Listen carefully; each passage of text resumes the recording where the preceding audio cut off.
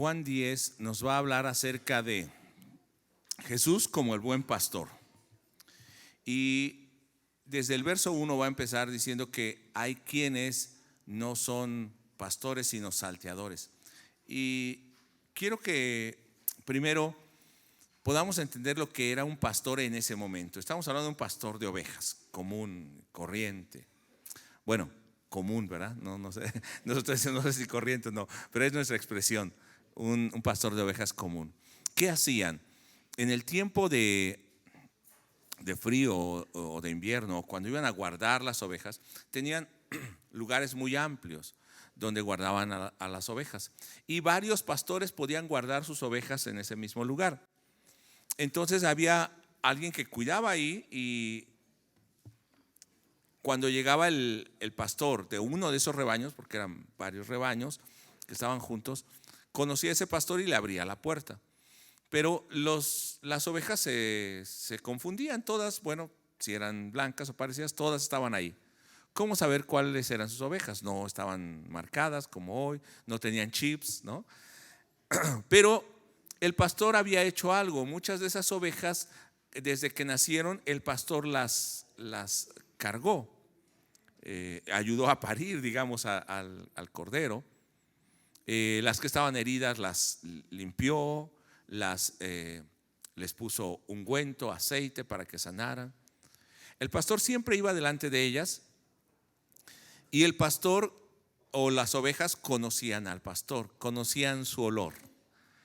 El pastor huele a oveja, ¿sí? El pastor no es diferente, huele a oveja. Y el pastor silbaba cuando iba delante de ellas. No sé silbar, pero saben silbar, los arrieros. O cantaba una canción. Y entonces la oveja se aprendía el silbido, el olor o la canción de ese pastor. Y cuando llegaba y estaban todas las ovejas ahí juntas, empezaba a silbar o a cantar. Y las ovejas de entre todas empezaban a salir hacia la puerta. Y el pastor iba caminando. ¿Y qué hacían las ovejas? Van detrás del pastor. Esa es la expresión, o ese es el ejemplo que Jesús está dando con esta metáfora, con esta figura, para que podamos entender cómo Jesús se presenta como el pastor, no solamente como el pastor, sino como la puerta de las ovejas. Y cuando alguien que es oveja de ese pastor oye su voz, le sigue, conoce su olor, conoce su voz y quiere seguirle. Yo quisiera que hoy pensemos, si hemos conocido a Jesús, le seguimos. No voy a hablar específicamente del pastor, sino cómo este pastor tenía un propósito. Él era el medio para que estas ovejas fueran libres o salvas. Él es el medio, Jesús es el medio para que nosotros podamos tener salvación y llegar al Padre. Vamos a orar. Padre, te damos gracias en el nombre de Jesús, y queremos que en este momento, al abrir tu palabra, nos enseñes cómo tú, como el pastor amante, entregas su vida por nosotros, al punto de que no hay otro medio por el que podamos ser salvos. Y que, Señor, el amor ha sido tan grande, tu misericordia y tu justicia, que sin necesidad o sin estar forzado, entregaste tu propia vida por nosotros. Por eso agradecemos en esta mañana al abrir tu palabra, y que hables a nuestro corazón, en el nombre de Jesús. Amén. Capítulo 10, verso 14 en adelante. Dice de esta manera: yo soy el buen pastor, y conozco mis ovejas, y las mías me conocen. Así como el Padre me conoce y yo conozco al Padre, y pongo mi vida por las ovejas. También tengo otras ovejas que no son de este redil. Aquellas también debo traer, y oirán mi voz, y habrá un rebaño y un pastor. Por eso me ama el Padre, lea conmigo, porque yo pongo mi vida para volverla a tomar. Nadie me la quita, sino que yo de mí mismo la pongo. Tengo poder para ponerla, y tengo poder para volverla a tomar. Este mandamiento recibí de mi Padre. El Padre envió a Jesús que viniese como ese pastor, pero el medio para redimir al rebaño era que Él pusiera su vida, el pago. Y hoy vamos a hablar acerca de la expiación. Jesús se había estado presentando desde el capítulo 5, versos 17 al 18. Jesús se había presentado como el reposo al sanar a un paralítico y hacerlo en día de reposo. Un reposo que trae paz al pueblo, pero el pueblo no lo podía entender. Ellos que esperaban un reposo cada sábado, pero Él es el reposo eterno. En el capítulo 5, verso 21 al 29, Jesús es igual al Padre, se presenta de la misma manera como el Padre, diciendo que Él es el Hijo de Dios, porque Él da vida como quien, como el Padre, hace juicio, o sea, es juez como quien, como Dios, y resucita a los muertos. Él tiene ese poder para dar vida. De hecho, el verso 29 dice que va a hablar acerca de la resurrección. En esa resurrección dice: los que hicieron lo bueno saldrán a resurrección de vida, mas los que hicieron lo malo a resurrección de condenación. Se está presentando como el juez. ¿Y quienes resucitan? Ambos van a resucitar, pero unos para vida y otros para condenación. Pero esta condenación es la muerte segunda. Aunque resuciten, es para condenación. Y Jesús se va a presentar desde el capítulo 6 como el pastor, con la figura del principio. Podemos entender cuál es esa función del pastor con las ovejas, con el rebaño. Y esto lo hizo después de alimentar a 5,000, recordando que Él es el pastor que está alimentando ¿a quién? A su rebaño en el desierto. Recuerden que ellos no tenían pastos como nosotros, sino que es un lugar desértico, y el pastor buscaba aquellos lugares donde hubiese pasto para que fueran las ovejas a comer y a pastar. Jesús está buscando los mejores pastos. Y como ese pastor va a estar alimentando y pastoreando a esas ovejas tiernamente en medio del desierto, va a estar mostrando que Él es el pan de vida, el agua en medio del desierto. Eso nos recuerda que al Antiguo Testamento, Él alimentando, Dios alimentando al pueblo y dándole agua en medio del desierto, haciendo surgir agua de la peña. Él se está presentando como todo eso que anhelaba el pueblo y esperaban. Y Él está diciendo en el capítulo 6, precisamente, en los versos 51 en adelante: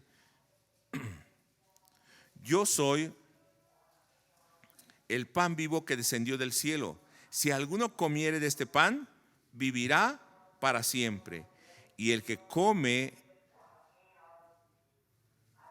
bueno, para los que tienen hambre, bueno, también hay tamales, dice, ¿no? Bueno, pero no es ese alimento. Jesús se presenta entonces como el pan vivo que descendió del cielo.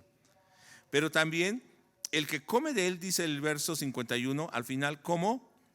Vivirá para siempre. No tiene vida por 24 horas, no es el alimento que nos da vida diario, sino es un alimento para la eternidad. Y el pan que yo le daré es mi carne, la cual yo daré, o Él va a entregar por la vida del mundo, o sea, su propia vida entregada por el mundo.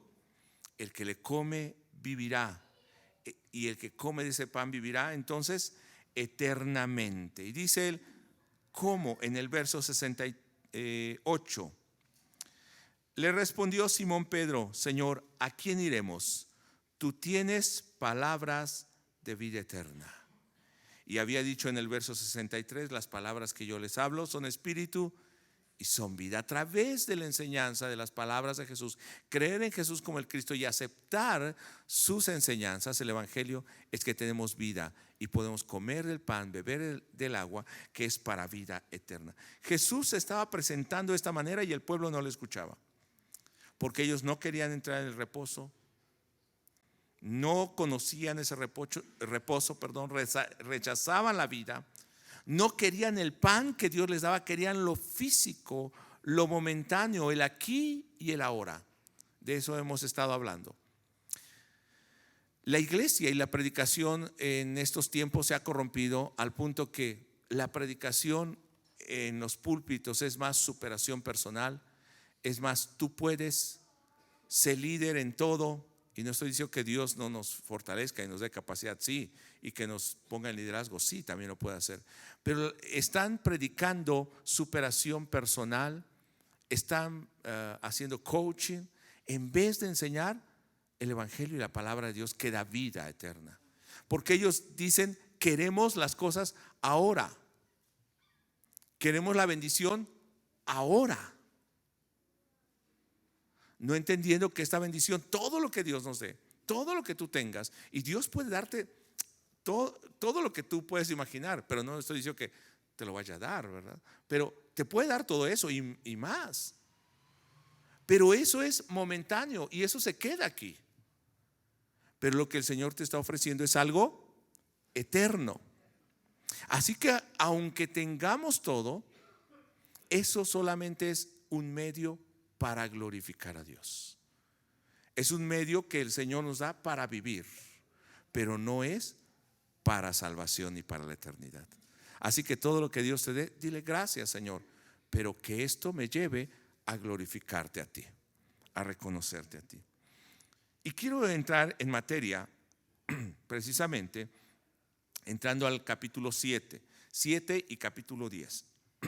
Hay dos fiestas que vamos a estar mencionando en el día de hoy, que es primero la fiesta de Sukkot o de las enramadas, y luego Hanukkah, que es lo que celebran los judíos como una libertad o una independencia, una revolución que tuvieron, pero lo veremos enseguida, ¿no? Hablando de los macabeos, para liberar no solamente al pueblo, sino devolver la adoración a Dios. Pero empecemos en el capítulo 7. Estamos hablando de la fiesta de los tabernáculos o las enramadas, llamada para ellos Sukkot. Y en esta fiesta ellos recordaban el viaje que hicieron en el desierto, y recordando cómo Dios los mantuvo allí, y recordando que fueron esclavos, no que son esclavos, sino que fueron esclavos. Capítulo 7, verso 2 dice: estaba cerca la fiesta de los judíos, la de los tabernáculos. Esta es la fiesta de Sukkot. Era una fiesta entonces de alegría, aunque ellos iban a hacer enramadas, ya sea en la terraza, de hecho hoy lo siguen haciendo aún en los balcones, si no tienen dónde, en los parques, en los patios, y ponen ramas y durante 7 días viven ahí. De hecho 8 días, porque cuando inicia y termina. Y durante esos días lo que van a hacer es recordar la vida en esclavitud, y van a recordar que Dios los sacó con brazo poderoso.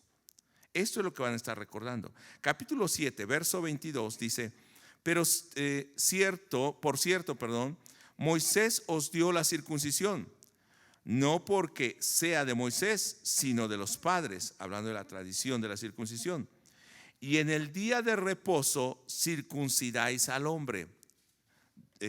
Va a hablar aquí de tanto el reposo que guardaban cada sabbat, y la circuncisión como señal de pertenecer al pueblo de la promesa. Recuerde eso, el reposo y la señal de pertenecer al pueblo.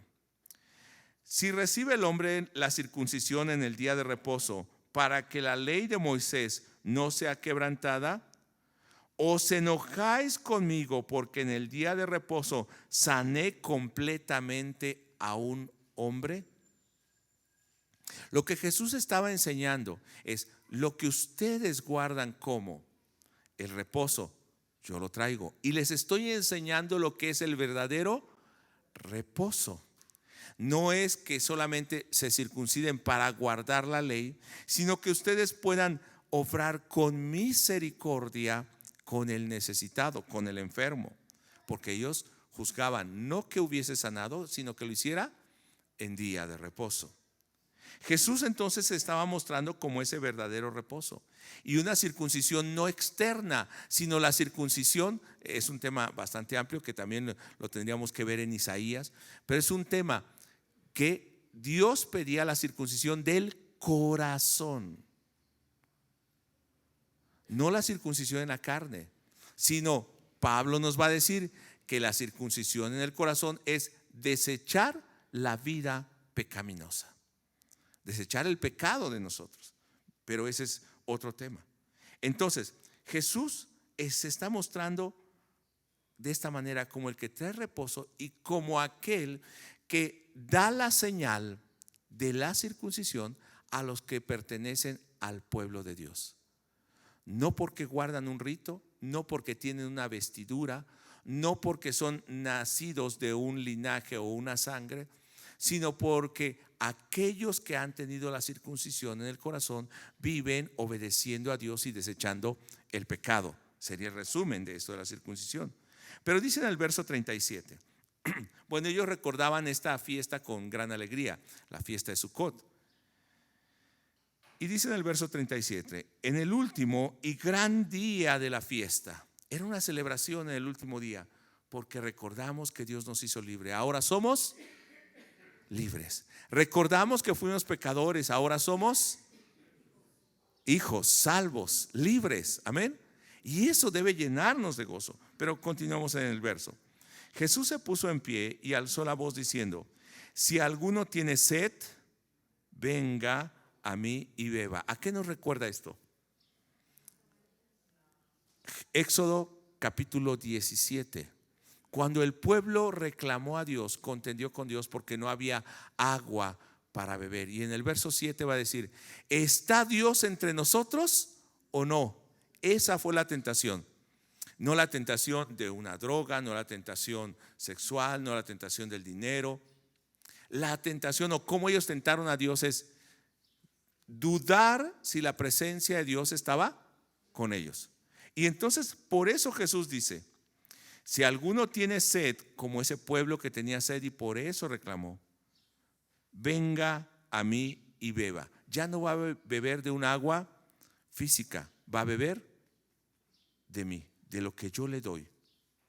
Verso 38. ¿Cómo va a beber de eso? De esa agua que Jesús le da. ¿Recuerdan a la samaritana? Dame esa agua para que no venga aquí. Pues yo te doy el agua que salta para vida eterna. Verso 38. El que cree en mí, como dice las escrituras, de su interior correrán ríos de agua viva. ¿Cómo podemos tener esas aguas de vida en nosotros? Creyendo en Jesús.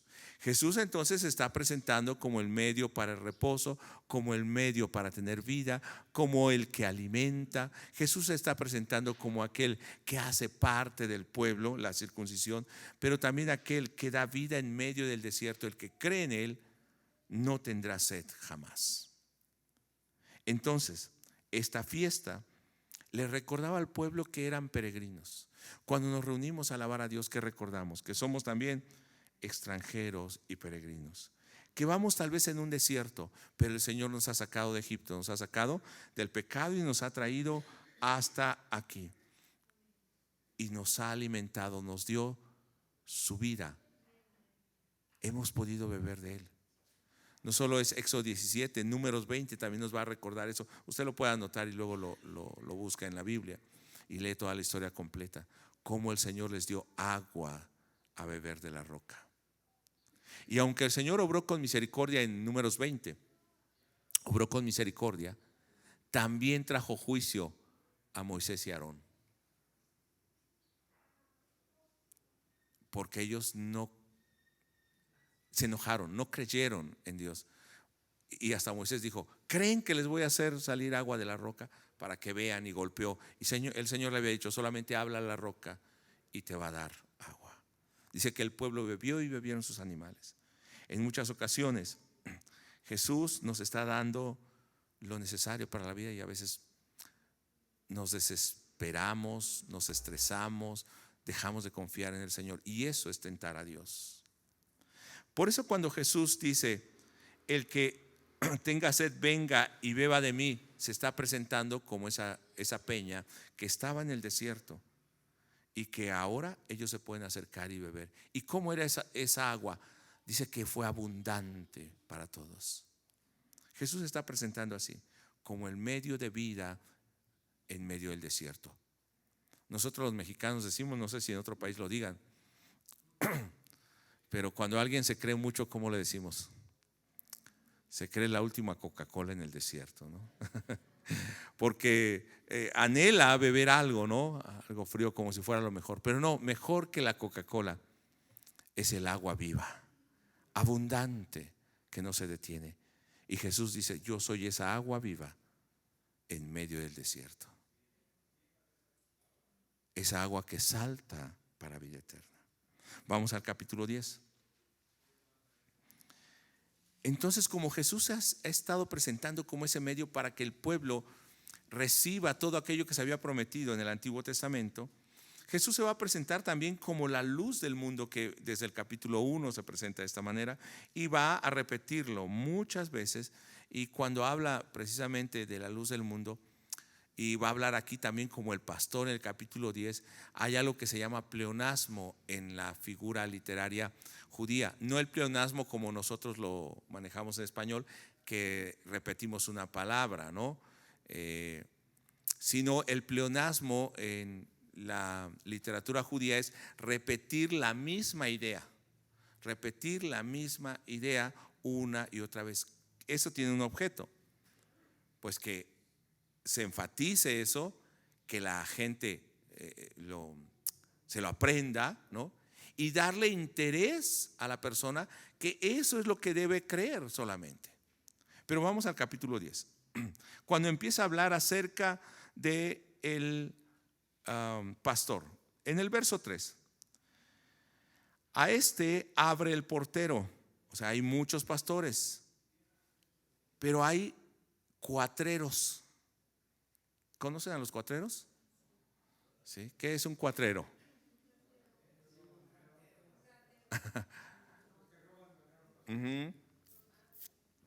Los que roban ganado.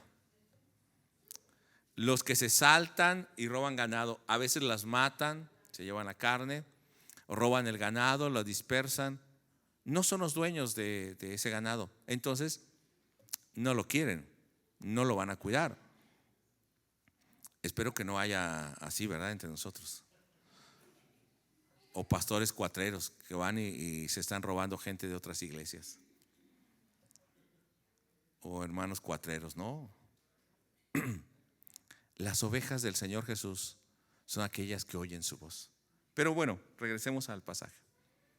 En el verso 3 dice que el portero le abre porque sabe quién es el pastor. Y las ovejas oyen su voz. Y a sus ovejas llama por nombre y las saca. Le conté una vez que fui a un establo y me asombré porque el que iba a ordeñar le decía, perdón si están los nombres aquí, pero así les decía a él: Flor, y Flor, ven acá. Y entonces entre las vacas salía una, iba y la ordeñaba. Me acuerdo de los nombres, mejor voy a cambiar los nombres, no, o sea que vaya a haber alguien aquí.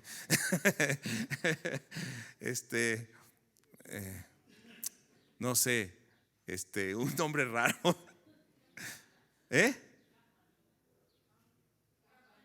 Campanita, no, pero eran nombres de mujeres. Eran nombres de mujeres, ¿no? Ya les decía, y todas salían, porque el ganado conocía la voz del pastor y sabía su nombre. El pastor también conoce a cada una de ellas por su nombre. Y dice aquí que este pastor las conoce por su nombre y las llama, y ellas lo conocen a él.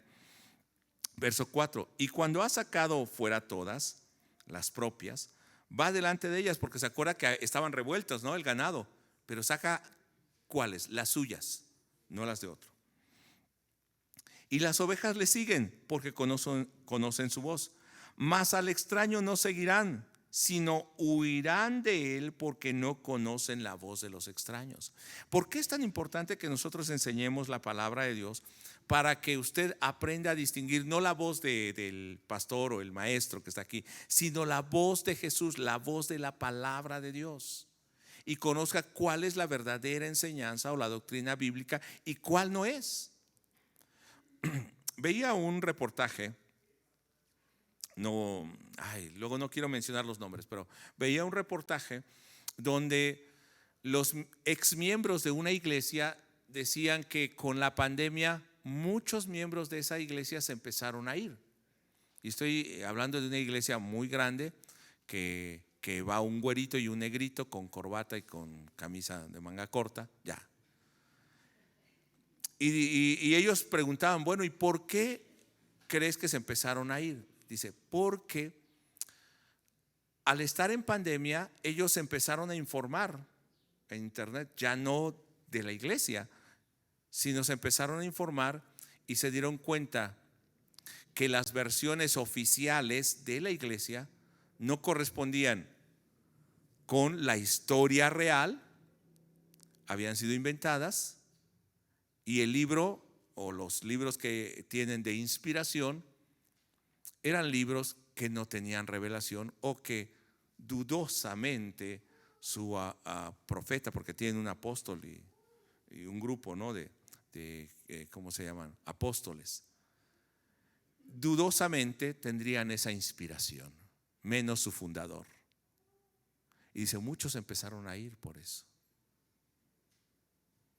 Pero, hermano, cuando usted también conoce bien la palabra de Dios y aún vaya a esos lugares y puede ver en internet, se va a dar cuenta qué enseñanza es falsa y cuál es correcta. No por lo que el pastor está enseñando, sino por lo que la palabra de Dios dice.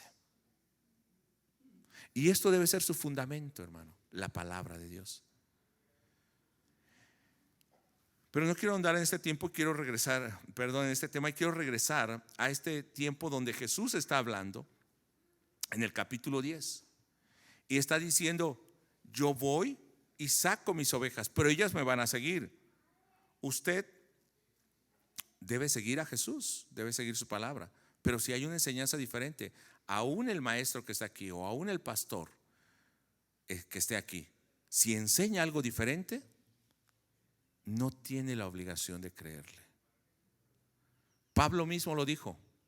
Si aún un ángel del cielo, creo que esa iglesia está basada en eso, de un ángel, ¿no?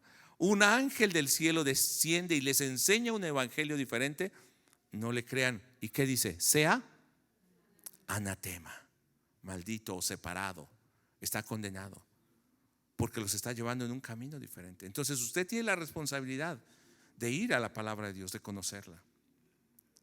Entonces Jesús está diciendo, yo soy ese pastor y hablo y las mías me van a seguir. Tal vez podríamos tener 4 o 5 servicios y lleno, ¿no? Así como ahora, porque hay mucha gente que quiere oír la palabra de Dios. Pero cuando hablamos la palabra de Dios, ¿no es cierto que muchos la rechazan? ¿Por qué cree que la rechazan? 2 situaciones. Una, porque todavía no es el tiempo en que Dios haya tocado sus corazones porque Él tiene que obrar. O segunda, porque no son ovejas del Señor. No estamos hablando de esta iglesia, no son ovejas del Señor, porque la oveja del Señor oirá su voz. Pero vamos al verso 7 del capítulo 10. Volvió pues Jesús a decirles, de cierto os digo, yo soy la puerta de las ovejas. ¿Qué significa la puerta? El único medio por donde entrar, por donde salir. No hay otro medio. Juan 14:6 dice, yo soy el camino, la verdad y la vida. Verso 9 del capítulo 10. Yo soy la puerta. El que por mí entrare, lea conmigo, será salvo. Y entrará y saldrá y hallará pastos. O sea, la oveja va a tener el cuidado necesario, va a estar alimentada, va a seguir al pastor. ¿Qué pastor es este? Y yo quisiera que empecemos a recordar esa imagen del pastor. ¿Qué pastor es ese? Un pastor que cuida a sus ovejas, que las ha alimentado, que las ha cargado en sus brazos. Y ¿sabe que también corrige el pastor? Dice que los pastores, cuando había una oveja muy rebelde, lo que hacía con la oveja chiquita, agarraba con una vara y le pegaba en sus patitas. Y ya ahí va la oveja. Pero si esa oveja era muy rebelde, le rompía su patita. Ay, qué fuerte, ¿no? Pero después de que le rompía la patita, se la vendaba, o sea, no, se la vendaba, se la entablillaba. Y entonces el pastor, ¿qué hacía con la oveja? la tenía que tener cargada todo el tiempo porque la oveja no podía caminar. Se escucha feo, ¿verdad? Ay, qué duro ese pastor. No, yo no rompo ninguna piernita, ¿no? Y entonces la cargaba, pero claro, eran pequeñitas, ¿no? Y ya la traía ahí. Cuando la oveja empezaba a caminar, la iba dejando y se sanaba porque era pequeña. Pero ¿sabe qué pasaba con esa oveja? Seguía al pastor a todos lados. La corrigió, pero la amaba, la cuidaba. No la dejó morir, la cuidaba. No quiero balconear a mis hijos, pero dicen que luego los balconeo en la predicación. Pero es como el Bernie, ya conocen al Bernie. Es un perrito de la calle que recogimos y es súper agradecido. Pero si no sale mi hijo, luego no quiere salir. Si no le da de comer mi hijo, no quiere comer. Y nada más lo volteé a ver. Yo le doy y me hace. Haga de cuenta, pero un cordero, que donde quiera que va el pastor, allí va el cordero. Se acostumbró. Pero también, ¿qué pasaba con el pastor y ese cordero? Amaba a ese cordero. Yo creo que no quiere matarlo, porque es como su hija. De hecho, Jesús nos habla así, ¿no? De un hombre rico que le llegó una visita y fue, y él teniendo muchas ovejas fue y le tomó la oveja del pobre. ¿Y recuerda esa historia? David, ¿no? Y el profeta va y le dice: ¿qué merece ese hombre? Ese hombre merece la muerte. Pero dice, esa oveja la había cuidado como si fuera su hija. Y Samuel le dice, perdón, sí, Natán, estoy en el libro de Samuel, pero Natán, ese hombre eres tú. ¿Cómo es posible que ese pastor amara tanto a esas ovejas? Porque las había visto crecer, las había cuidado y tenido entre sus brazos. Y con eso podemos recordar el Salmo 23. Vaya al Salmo 23 conmigo.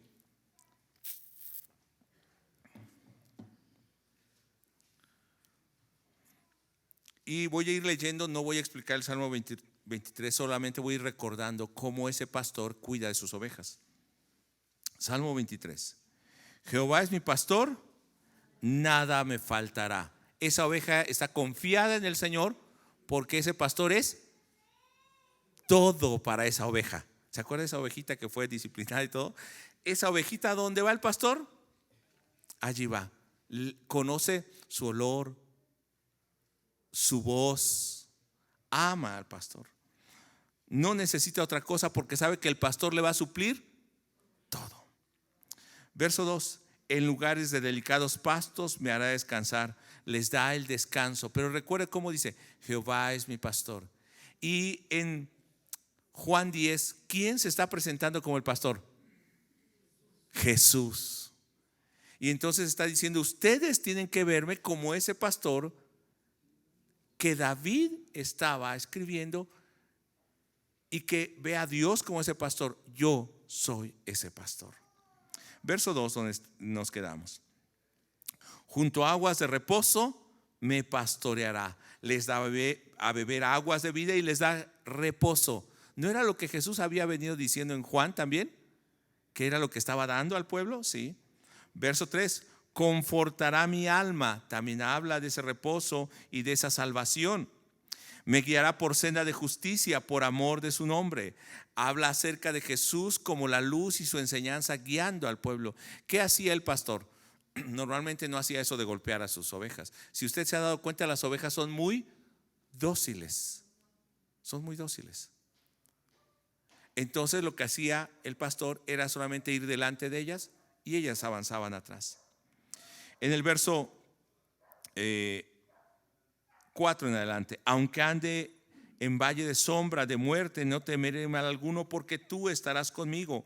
Tu vara y tu cayado me infundirán aliento. No es temor que me infunden, aliento, porque sabe que ahí va el pastor. Verso 5: aderezas mesa delante de mí en presencia de mis angustiadores, unges mi cabeza con aceite, mi copa está rebosando. No solamente la alimentaba, sino cuando la oveja estaba enferma, ¿qué hacía el pastor? Le ponía ungüento y cuidaba sus heridas. Y está diciendo David: yo así soy, o el Señor para mí es de esta manera. Yo soy esa oveja que confía en el Señor. Verso 6: ciertamente el bien y la misericordia me seguirán todos los días de mi vida. Y la última parte: y en la casa de Jehová moraré por largos días. Cuando Jesús está hablando acerca de este pasaje de que Él es el buen pastor en Juan 10, ¿qué festividad era? Se olvidó. De Sucot, de los tabernáculos. Por eso al final del capítulo 23, verso 6 de Salmo dice: en la casa de Jehová moraré por largos días. Él está diciendo: yo soy aquel que los hace morar como corderos, como el rebaño, y que los llevo a casa de mi Padre, que los guío, que les doy alimento. Él se está mostrando como ese pastor que cuida, como el pastor amante. Me acuerdo de una canción cuando yo era niño. Ya había música, y música grabada. Pero habían muchas canciones de un hermano que se llama Manuel Bonilla. Y había una canción que decía: eran 100 ovejas que había en el rebaño. ¿Se acuerdan de esa canción? Los que no, búsquenla. Dice: eran 100 ovejas que amante cuidó, pero en una tarde le faltaba una. Le faltaba una y triste lloró. Las 99 dejó en el rebaño o en el aprisco, y por las montañas a buscarla fue. La encontró, ¿cómo? Gimiendo, se había herido, llorando de frío. La tomó en sus brazos, curó sus heridas y al redil volvió. Yo soy esa oveja que el Señor fue a buscarme a mí. ¿Tenía necesidad de irme a buscar? Yo tenía necesidad de él, o tengo necesidad de él. Y entonces en el capítulo 10, verso 14 al 18 dice de esta manera: Él los quiere hacer habitar en esas enramadas, en la presencia de Dios. Juan 10, verso 14: yo soy el buen pastor y conozco mis ovejas y las mías me conocen. Así como el Padre me conoce, yo conozco al Padre y lea conmigo: y pongo mi vida por las ovejas. No solamente ama, sino que pone su vida por las ovejas. Y ese es el punto que yo quiero que usted vea. El amor de ese pastor, el amor de Jesús llega al punto de entregar su vida por nosotros. ¿Cuánto amamos nosotros a Dios? Me da gozo cuando venimos corriendo. Y voy a decir: viene corriendo. No. Pero venimos corriendo porque queremos llegar temprano al culto, para compartir la palabra en la meditación o para iniciar el servicio. Estamos ahí temprano porque queremos llegar a la oración. Pero cuando a veces nos tienen que jalar hasta iba a decir de la pata, ¿no? Pero no, del pie, para que salgamos de la cama porque no queremos ir al culto. ¿Amamos a Dios? ¿Amamos a Jesús? Creo que no. Pero Él nos amó, que entregó su propia vida. Verso 17: por eso me ama el Padre, porque yo pongo mi vida para volverla a tomar. ¿Quién le pidió poner su vida? El Padre. Y Él podía decir: no se lo merecen, pero Él puso su vida. Nadie me la quita, sino que yo de mí mismo la pongo. Tengo poder para ponerla y tengo poder para volverla a tomar. Este es el mandamiento que recibí de mi Padre. Aunque esta gente celebraba la fiesta de Sucot, se habían olvidado a quién celebrar. Aunque celebraban en enramadas, no podían escuchar que el pastor que los hacía morar en la casa del Padre estaba allí. Ellos no podían tener reposo, no querían ese reposo. Ellos tenían celebraciones, pero no celebraban al Dios que le dio la libertad. Y quiero mencionar otra fiesta que se va a mencionar después, en el capítulo 10. Esta fiesta se llama Hanukkah, que no es bíblica como tal, que vengan los mandamientos. Pero ellos la celebraron porque después de la muerte de Alejandro Magno, el emperador, se divide, digamos, su imperio, y los más fuertes son los llamados Seleucos o Seleucidas, que van a dominar también Judea.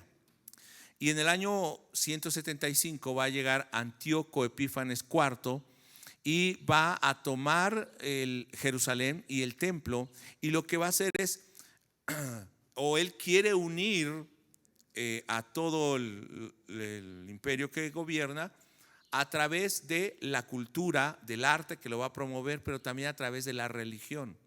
Y él quiere que la religión pues sea la religión griega. Y lo que hace es que llega al templo y sacrifican un cerdo ahí en el templo. Para un judío, ¿qué sería esto?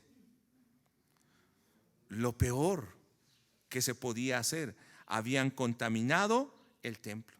Entonces, un sacerdote, el sacerdote que estaba en ese tiempo, llamado Matatías, año 164 antes de Cristo, se levanta como un guerrillero.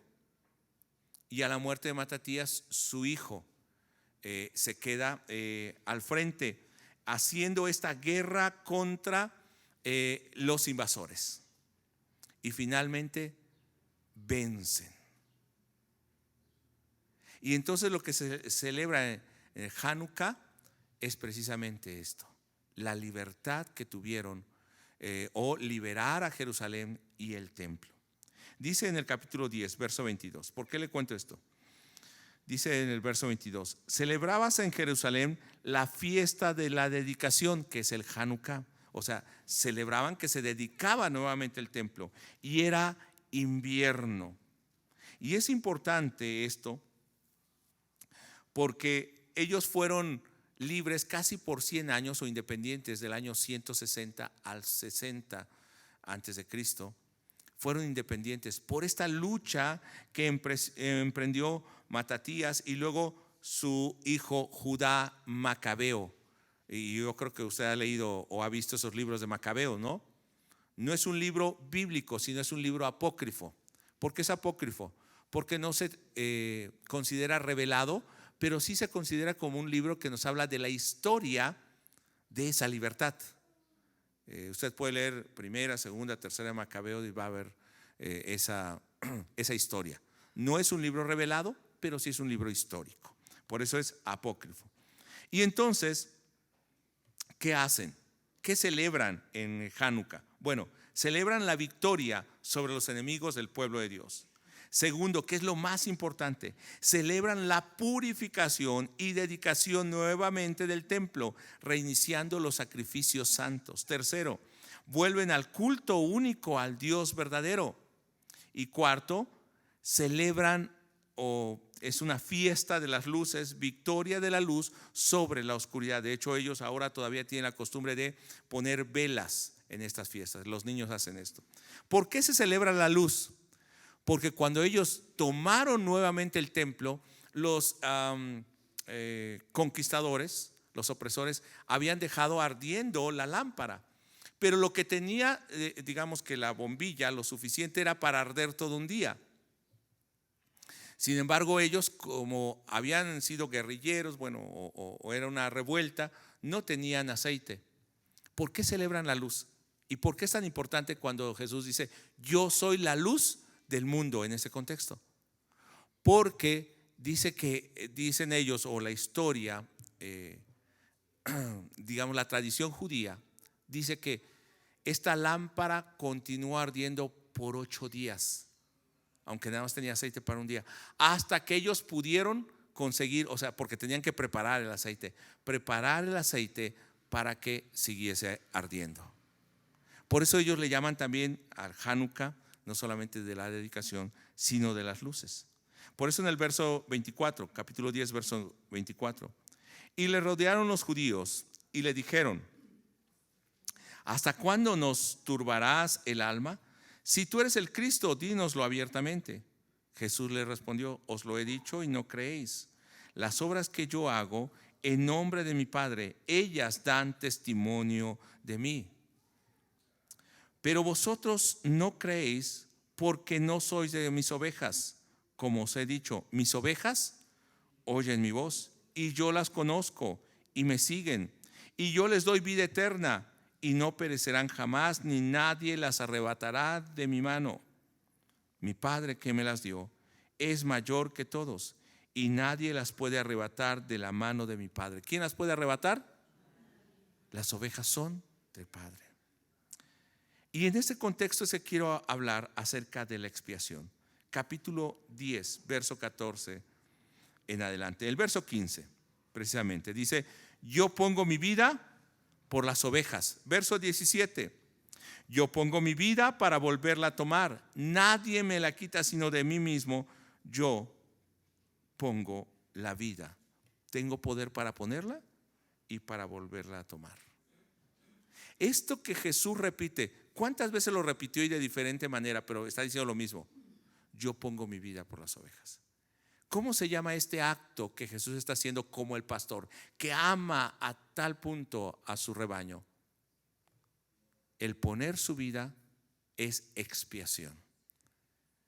Eso es lo que se llama expiación. ¿Cuál es la causa de la expiación? Tiene dos causas. Uno, el amor o la misericordia de Dios. Y segundo, la justicia de Dios. ¿Qué está mostrando? El amor, la misericordia. Y por otro lado está mostrando la justicia de Dios.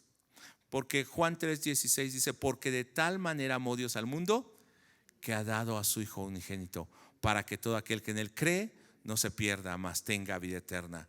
Porque no envió Dios a su Hijo al mundo para condenar al mundo, sino para que el mundo sea salvo por él. El que en él cree no es condenado. Hasta ahí está mostrando el amor, ¿no? Pero el que no cree ya ha sido condenado, porque no ha creído en el nombre del unigénito Hijo de Dios. Y esta es la condenación: que la luz vino al mundo y los hombres amaron más las tinieblas que la luz, porque sus obras eran malas. Aunque es el pastor y pone su vida, está exponiendo su ser completo. Hay quienes no le rechazan. Él ama y muestra misericordia a aquellos que oyen su voz y le siguen. Pero al que le rechaza, ¿qué dice? Ya ha sido condenado, porque no ha creído en el nombre del unigénito Hijo de Dios. Esto es la justicia de Dios. Dios envió a Cristo en expiación. ¿Y qué significa en expiación para nosotros? ¿Qué significaría expiación? Es redimir o pagar la deuda que alguien tenía. Entonces Jesús vino y pone su vida, no porque Él tenía que morir o pagar algo, sino para pagar nuestra deuda. ¿Y qué significa esta expiación? Expiación sustituta o expiación propiciatoria se llama teológicamente, que quiere decir: Él pagó en lugar de.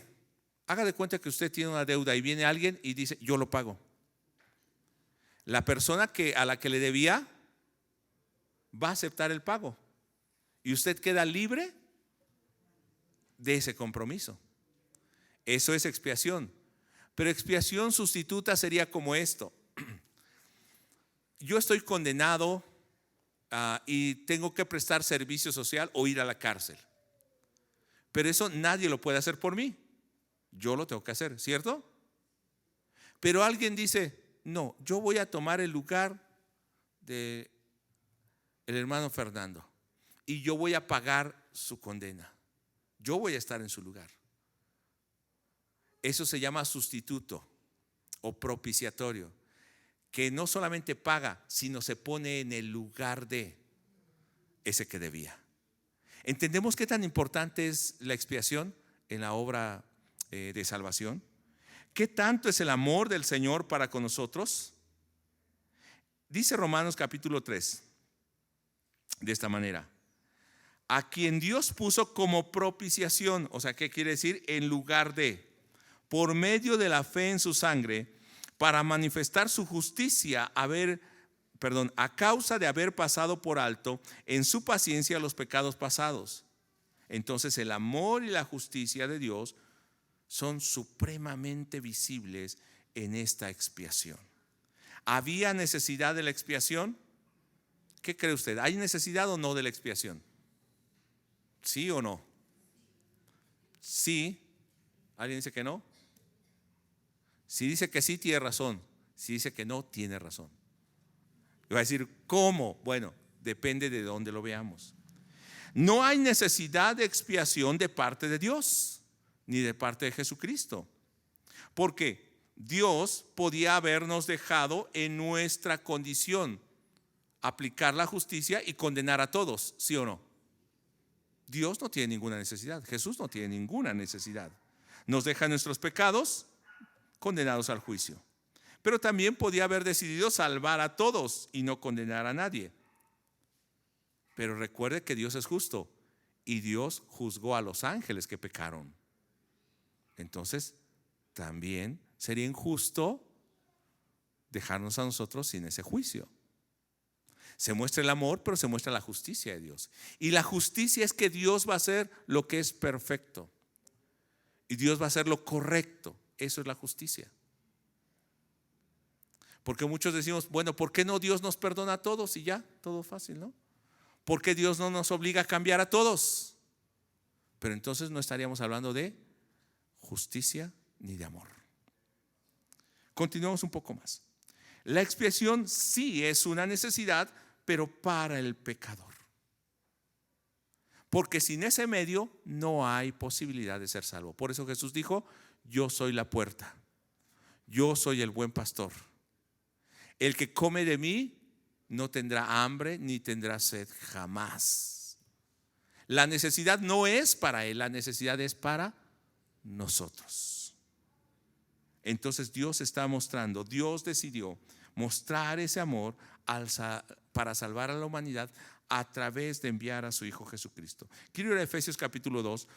Ya no voy a explicar mucho esto, pero quiero que usted vaya viendo entonces esa obra de expiación, esa necesidad de Jesucristo entregando su vida por nosotros.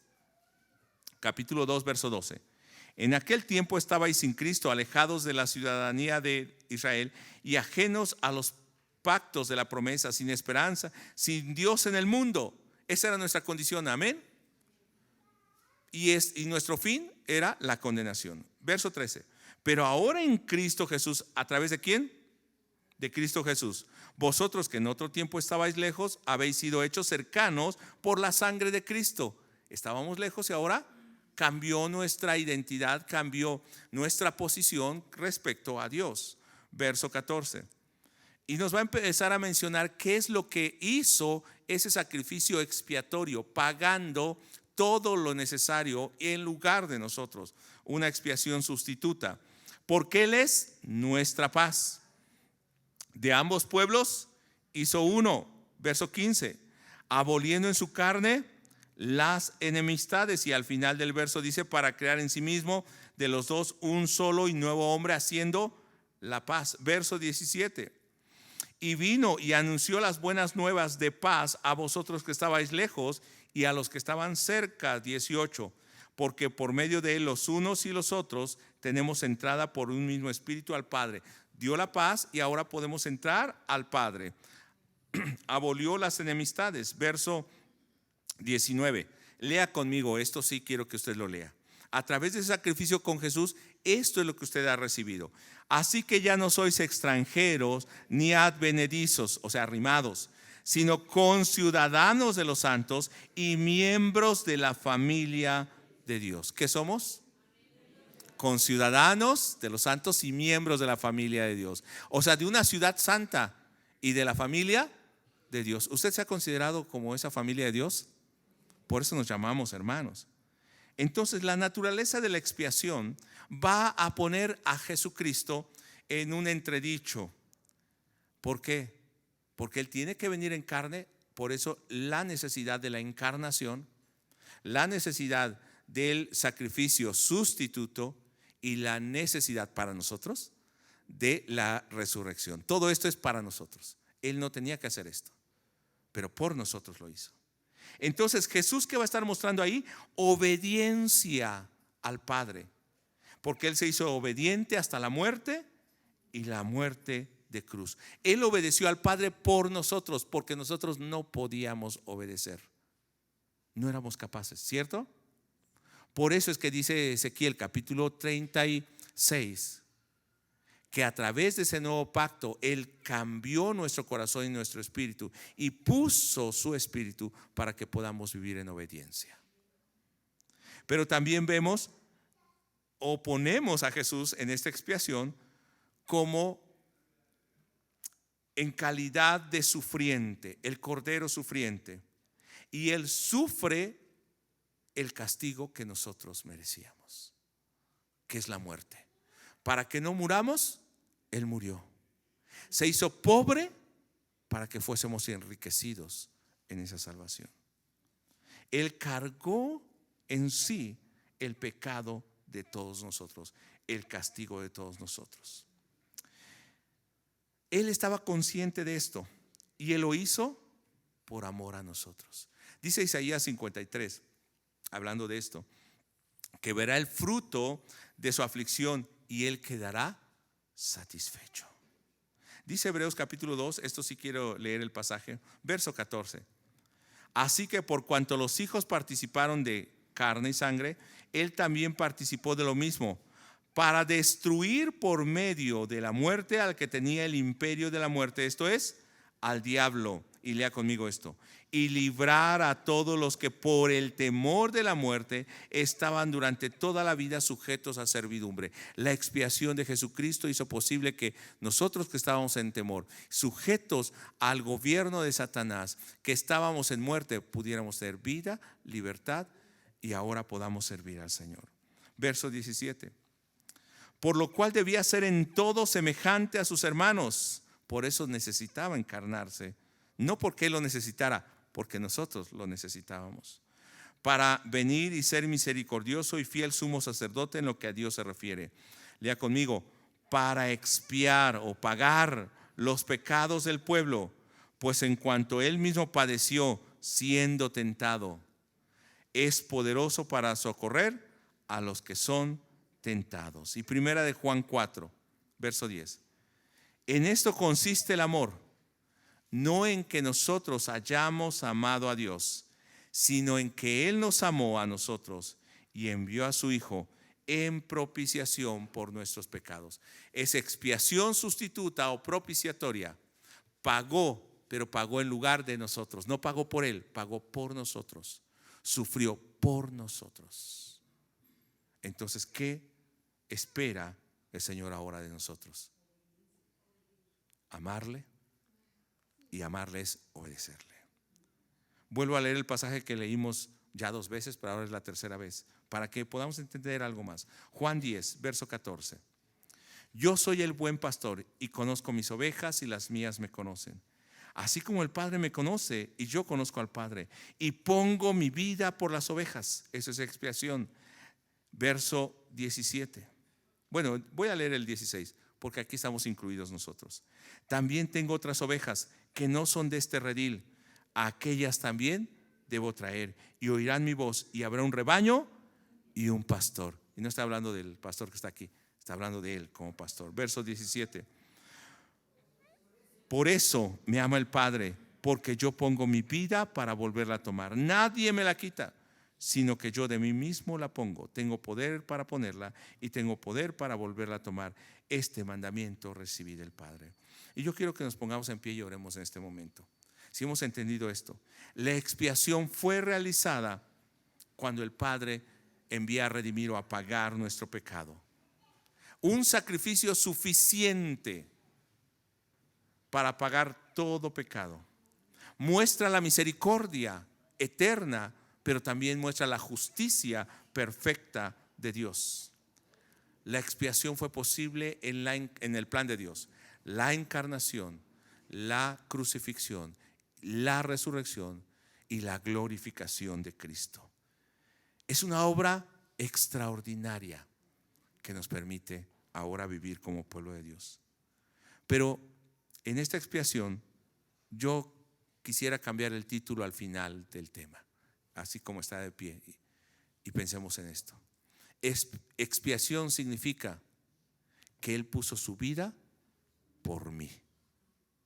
Él pagó por mí. Él pagó por ti. Aunque estamos muchos aquí, pagó específicamente por ti.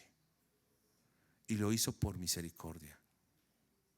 Y yo quisiera que hoy reconozcamos esa obra de Jesús en nosotros. Oremos. Padre, al entender que tú pagaste por nosotros, que tú te habías estado presentando y te rechazaban, ¿cuántas veces también hemos oído tu voz y no hemos atendido a tu llamado? Pero hoy oímos tu voz. Sé que no es fácil porque nos cuesta dejar nuestra vida y a veces tienes que corregirnos, pero como el pastor amante nos sostiene en sus brazos hasta que nosotros aprendemos nuevamente a caminar, a andar en tus pasos, sobre tus pasos. Aprendemos a distinguir tu voz. Enséñanos a conocerte. Revélanos ese amor tan grande como hoy lo hemos visto, para que nosotros no seamos desagradecidos, mal agradecidos, para que nosotros no seamos rebeldes, sino entendidos de tu propósito, amantes de ti, amorosos, obedientes en todo sentido. Que podamos valorar la salvación que nos has dado, la vida que nos has entregado, el pan, el agua, la luz, la puerta. Que podamos ver que no hay otro medio sino solamente tú. La expiación no la realiza nadie más, sino tú eres el único que ha puesto su vida. Y lo ha hecho por amor. Nadie te obligó. Tú tienes poder para poner tu vida y volverla a tomar, pero lo hiciste por mí. Y hoy quisiera que cada uno de nosotros entendamos eso.